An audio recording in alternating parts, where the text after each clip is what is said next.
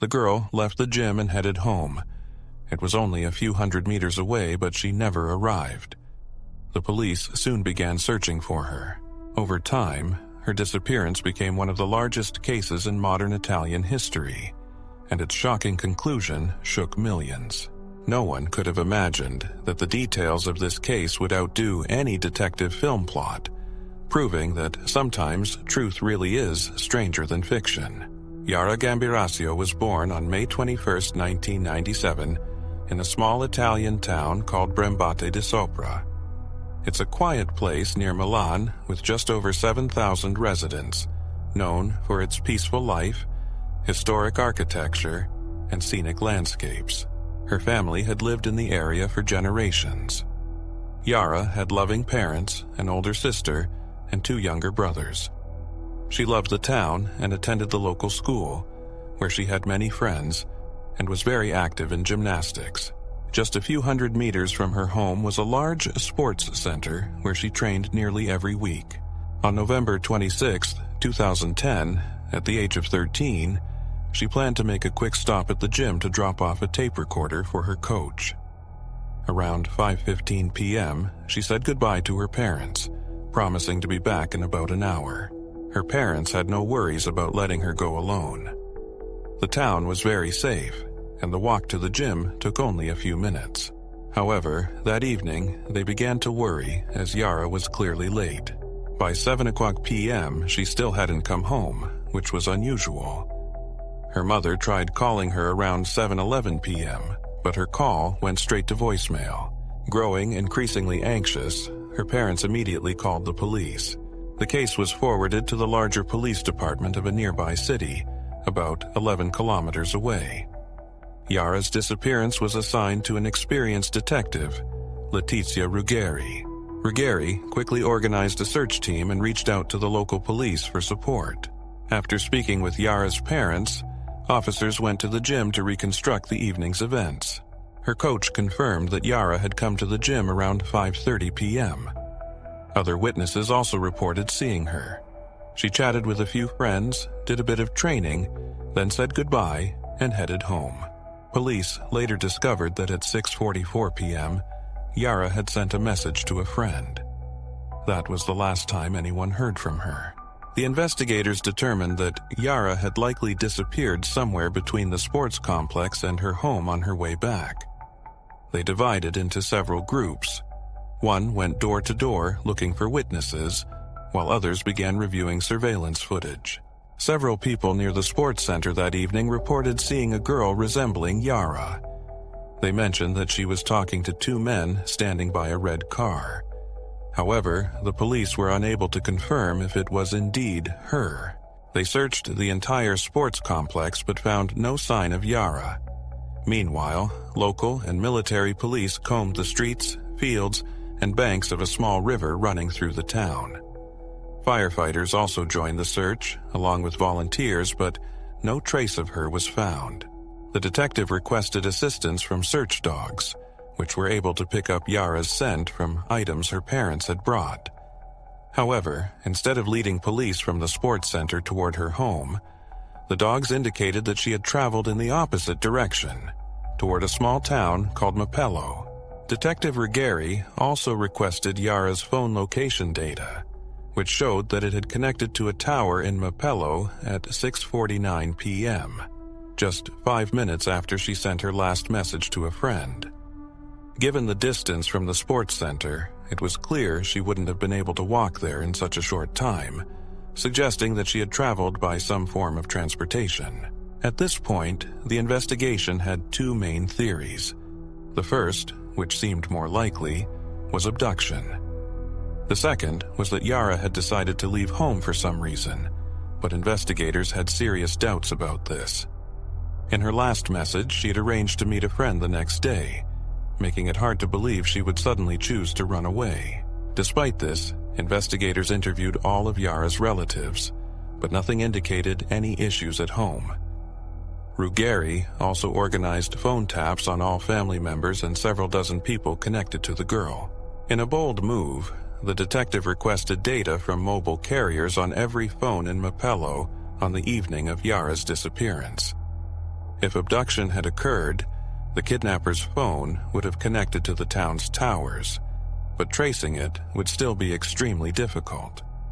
Ultimately, police gathered information on 15,000 phones that were in the area at that time.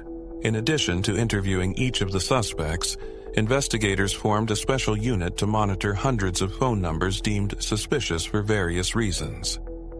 Throughout this time, active searches for Yara continued in the surrounding area, but day after day, they yielded no results. Detective Ruggieri began to doubt that they would make any progress this way, and her only hope rested on the phone numbers, one of which was believed to belong to the kidnapper. In the days leading up to the monitoring, police sifted through thousands of hours of phone calls, but none were related to the girl's disappearance. This continued until the end of November, when suddenly one of the officers heard a particularly suspicious phrase. A man in a phone conversation said, "Forgive me, Lord, I didn't kill her." Investigators immediately identified this individual as Imani Fikri, a Moroccan construction worker from the town where Yara's phone signal was last detected.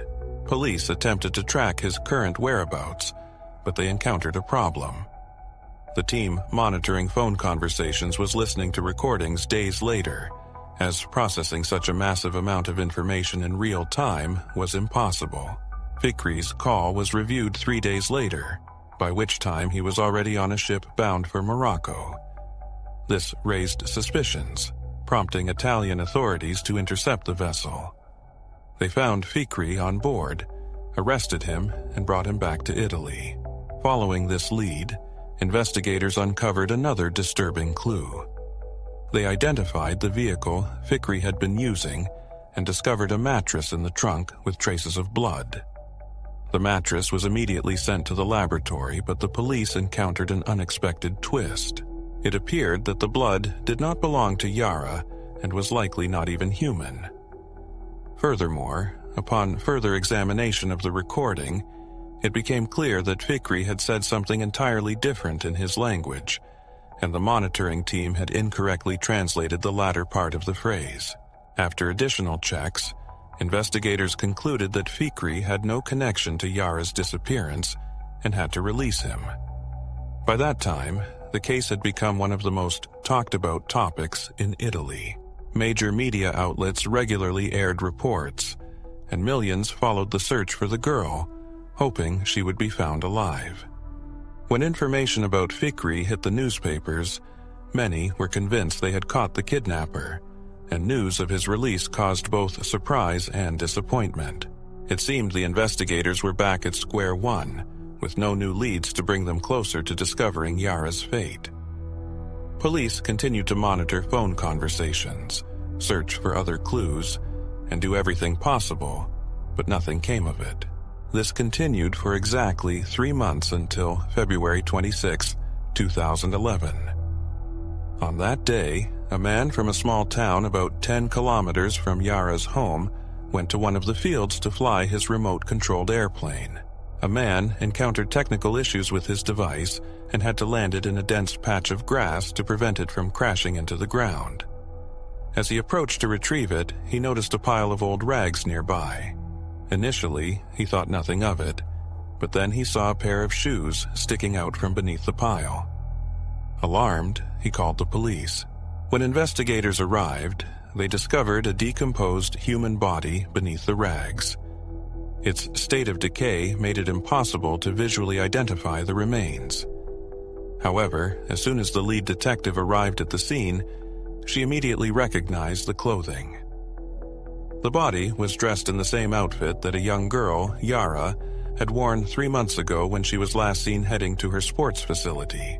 Near Yara's body, investigators found her iPod, house keys, SIM card, and a removable battery from her cell phone. However, the phone itself was nowhere in sight.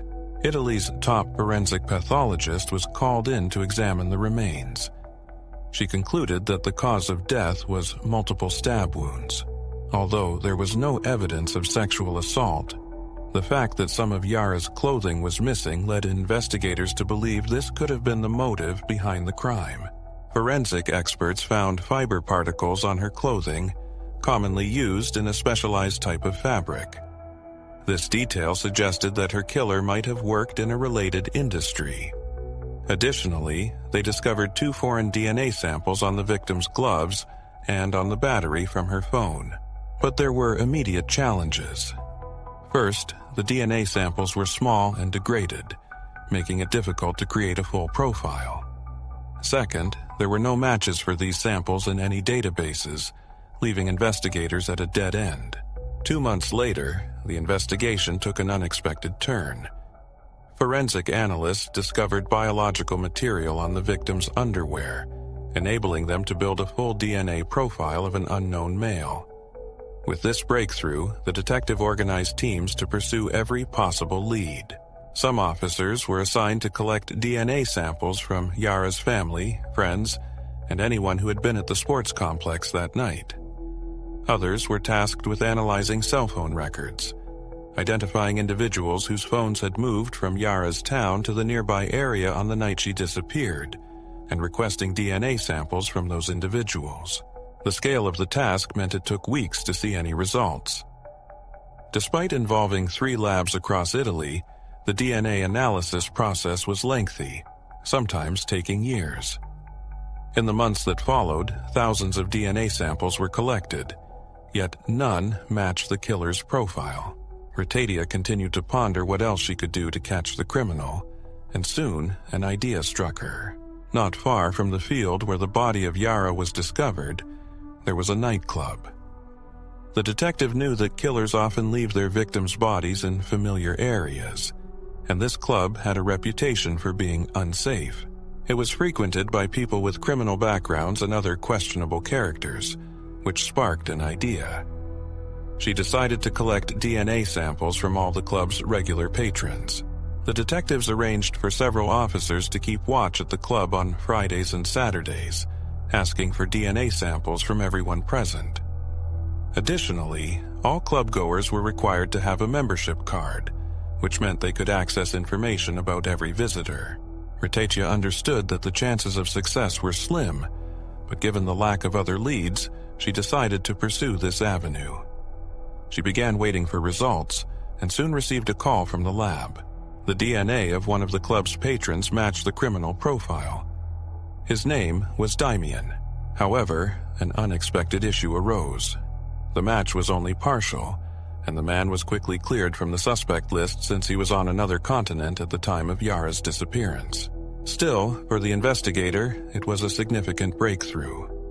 Experts indicated that since his DNA only partially matched, he must be related to the actual killer.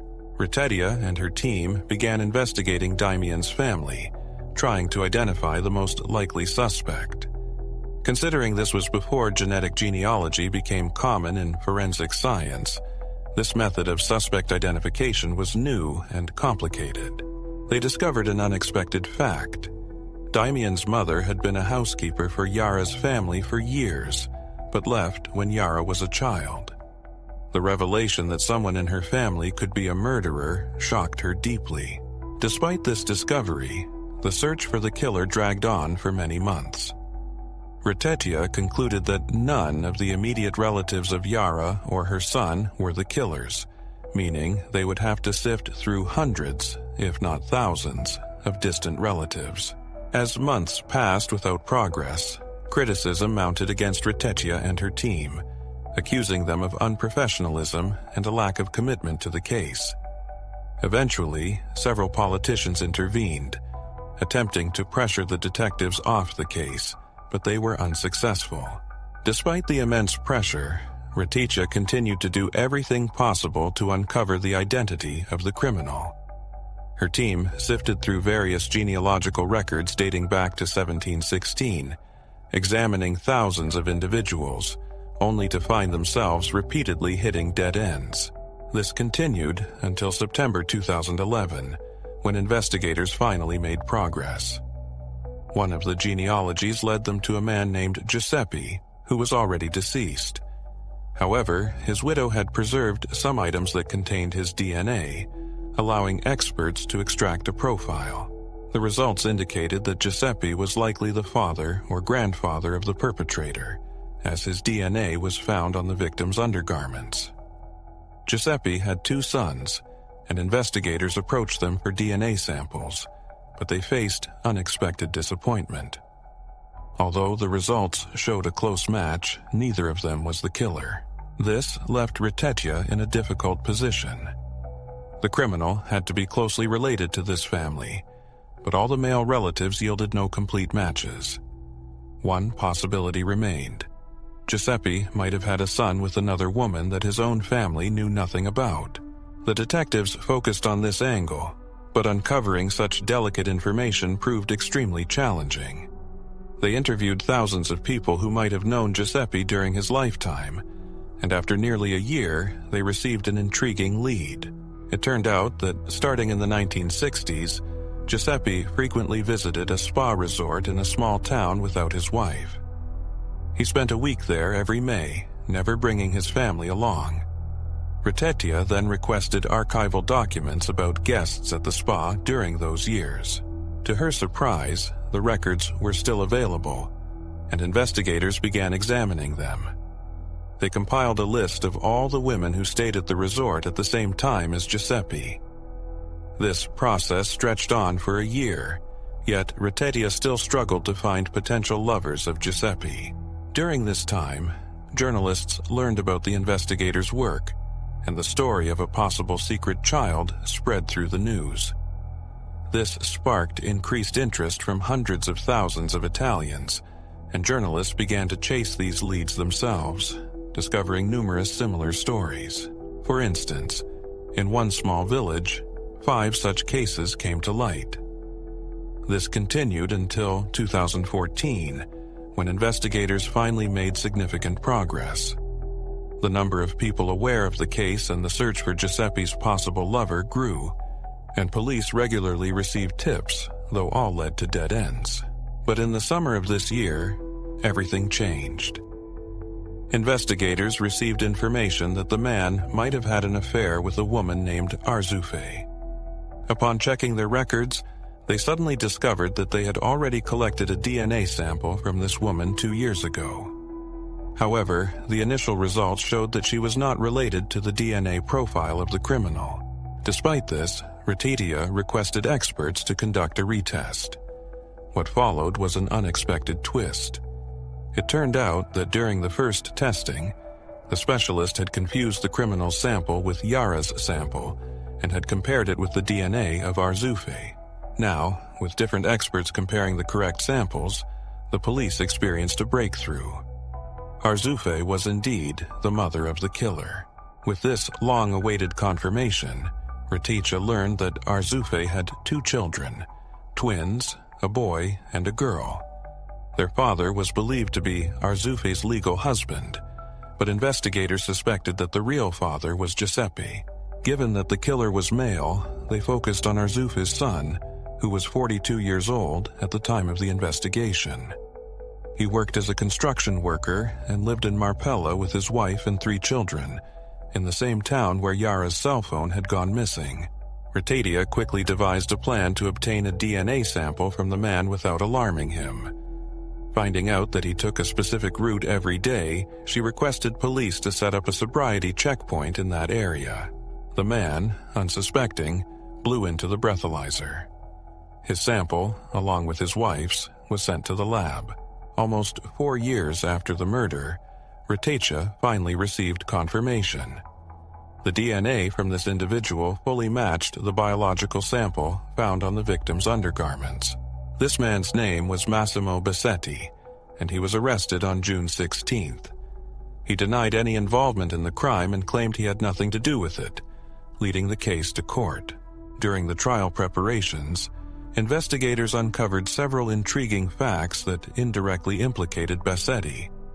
His browser history contained searches of an intimate nature related to minors. On the night of Yara's disappearance, his phone was located in her town, but at 5 o'clock he turned it off and did not turn it back on until the next morning. Additionally, the vehicle belonging to Bassetti was captured on surveillance footage near the sports center that same evening, just minutes before Yara's disappearance.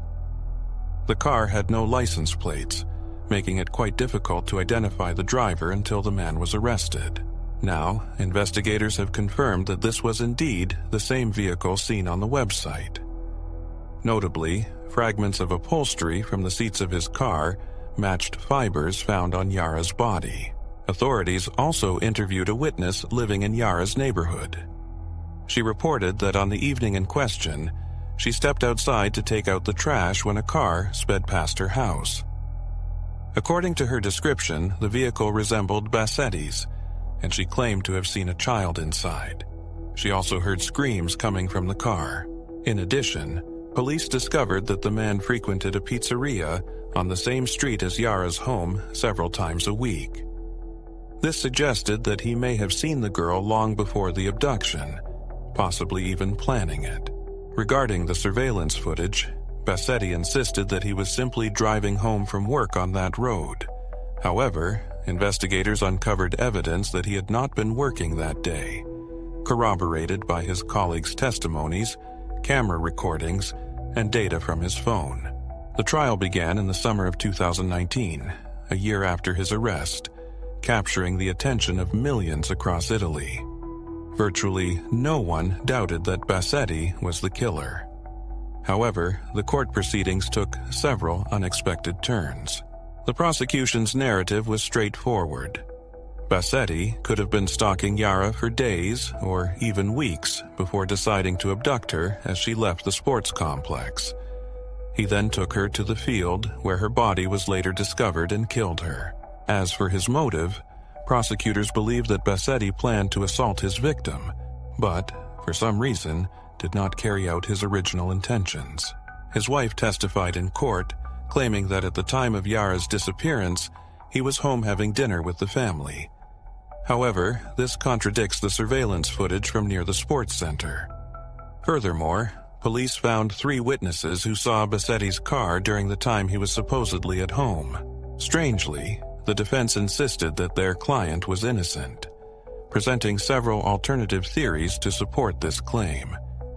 First, Bassetti himself stated that he frequently had nosebleeds, which could have gotten on his clothes and tools. His attorney suggested that the real killer might have somehow come into contact with his blood, leading to it being found on Yara's remains. The attorney then attempted to challenge the DNA evidence, arguing that the experts made a mistake. He explained that there are 2 types of DNA. One type changes between individuals, allowing for clear differentiation even among close relatives, like brothers. The other changes very slowly over human timescales. Significant differences in ancestry can take hundreds of thousands of years to form, making it much harder to establish distinctions between relatives. The DNA found on Yara's remains was of the second type, leading the attorney to claim that the true murderer could be any of Bassetti's relatives, either close or distant. However, the experts summoned by the prosecution prepared a report disputing this possibility, confirming that the DNA match with Bassetti's profile was beyond doubt. Yet, this was not the main argument put forth by the defense. During the trial, a previously unknown fact was revealed, creating a true sensation. The defense introduced another suspect, Yara's gym instructor named Sylvia. It turned out that after Yara's body was found, experts identified blood on her sweatshirt that matched Sylvia's. Additionally, Sylvia's father disclosed that she had returned home from the gym on the night Yara disappeared, crying for hours.